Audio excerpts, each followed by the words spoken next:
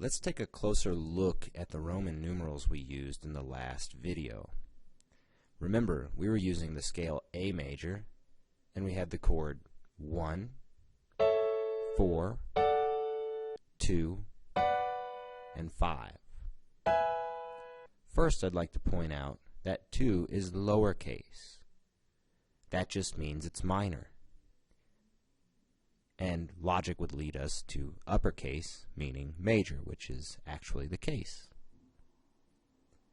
So let's take a look at these chords over the chromatic scale and examine the spacings, which are what make them major and minor.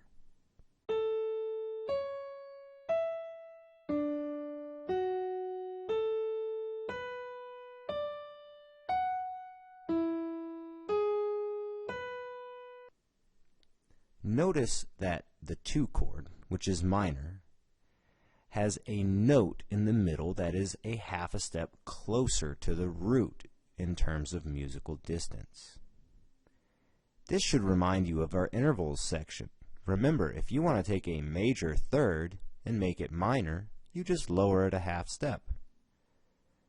It works the same way with chords. So, if you take a major chord and lower that middle note a half step, you'll get a minor chord. It's also important to note that this pattern holds true for all major scales.